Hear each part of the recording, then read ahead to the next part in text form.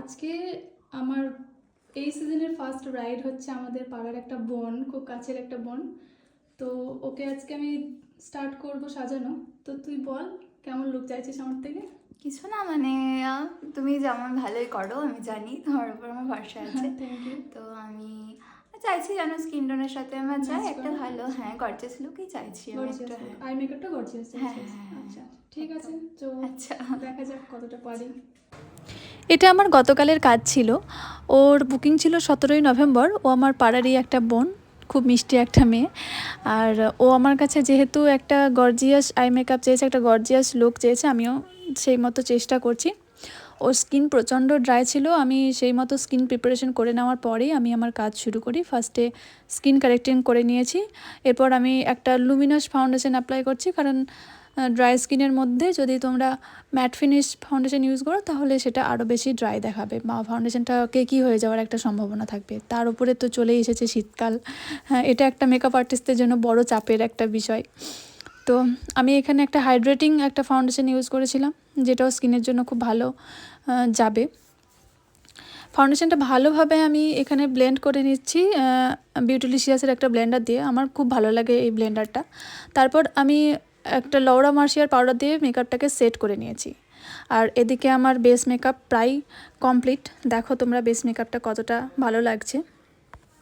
এখানে আমি একটা কথা বলি, যেটা না বললেই নয়, মানে এই কথাটা আমাকে স্বীকার করতেই হবে যে ও যেদিন থেকে আমাকে বুক করেছে তার পর দিন থেকে প্রত্যেকটা ব্যাপারে কিন্তু ও আমার মানে মানে মতামত ছাড়া, আমার কোনো চয়েস ছাড়া কিন্তু ও কোনো কিছু কেনেনি। মানে ওর জুয়েলারি থেকে আরম্ভ করে ওর মুকুট কিনতে গেছে দোকানে, ওর না শাড়ি, মানে যেটাই ও দোকানে কিনতে গেছে ও আমাকে ভিডিও কল করেছে ফার্স্টে। আমি যেটা যেটা বলেছি ও সেটাই কিন্তু কিনেছে।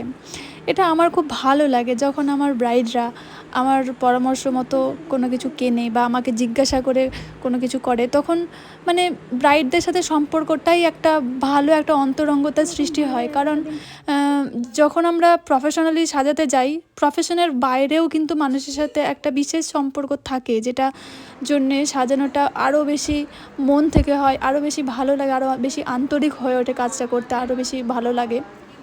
তো ও আমাকে সবটা কিন্তু A to Z আমার মানে মতামত নিয়ে আমার সাথে কথা বলে তারপর কিন্তু করেছিল। আর আমি জানি না এটা আমার ভগবান প্রদত্ত কোনো মানে আশীর্বাদ কিনা, মানে আমার যতগুলো ব্রাইড এসেছে বা আমি যতগুলো ব্রাইডের সাথে কাজ করেছি বা আমার আপকামিং যতগুলো ব্রাইড আছে, সবার সাথে আমার কিন্তু সম্পর্ক খুব ভালো ভালো হয়ে যায়। কেন আমি জানি না, আমি কী করে একটা হয়ে যায়। অনেকে আমার সাথে তাদের পার্সোনাল লাইফের কথাও শেয়ার করে, মানে সম্পর্কটা প্রফেশনের বাইরে গিয়েও কোথাও যেন একটা বেশ দিদি বোনের মতো একটা সম্পর্ক তৈরি হয়ে যায়। এটা আমার ভীষণ ভালো লাগে। এটা আমার সত্যিকারের ভগবানের কাছে আমি খুবই কৃতজ্ঞ যে আমার ব্রাইডরা ম্যাক্সিমাম ক্ষেত্রেই আমার খুব কাছের হয়ে যায় একটা সময় পর। তো আর যেহেতু এটা আমার যেহেতু পাড়ার বোন, সেহেতু এমনিতেই তো কাছে ছিল, তারপর ওকে বুকিং করার পর থেকে ও আরও বেশি আমার সাথে ক্লোজ হয়ে গেছিলো। যে জন্য সাজাতে আমরা গল্প করতে করতে সাজাতে শুরু করেছিলাম, সাজানোর কাজ শুরু করেছিলাম। আর আমার সাজাতেও তখন ওকে বেশ ভালো লাগছিলো, বেশ মজা করেই আমরা গল্প করতে করতে ও কাজগুলো করছিলাম। এখানে আমি যে আই মেকআপটা করছি এটা আমার খুব পছন্দের একটা আই মেকআপ। তোমরা হয়তো সবাই জানো যারা আমাকে ফলো করো বা আমার ভিডিও দেখো, যে আমি ম্যাক্সিমাম ক্ষেত্রেই আমি মডেলদের ক্ষেত্রে এই আই মেকআপটাই ব্যবহার করি, কারণ আমার ভীষণ ভালো লাগে এই আই মেকআপটা। আর ও যেহেতু আমাকে এটাই চেয়েছিল, একটা গর্জিয়াস আই মেকআপ, তো আমারও কাজটা করতে বেশ ইন্টারেস্টিং লাগছিল। এটা কিন্তু বেশ ভালো ব্যাপার যখন কোনো ব্রাইড তথাকথিত ব্রাইডাল লুকের বাইরে গিয়েও নতুন কোনো কিছু আবদার করে আমার থেকে, আর আমি যখন তার সেই আবদারটা পূরণ করতে পারি তখন আমার ভিতর থেকে একটা আলাদা শান্তি আসে। কেননা আমার নিজেকে কখনো সিগনেচার লুকের মধ্যে আটকে রাখতে ভালো লাগে না। আমার নতুন কিছু করতে, নতুন কিছু ট্রাই করতে খুব ভালো লাগে, আর যখন সেটা আমার ব্রাইড আমাকে দেয় সেটা তো একটা আলাদাই ভালো ব্যাপার। তো তোমরা এখানে একটা সুন্দর রিভিউ শুনে নাও।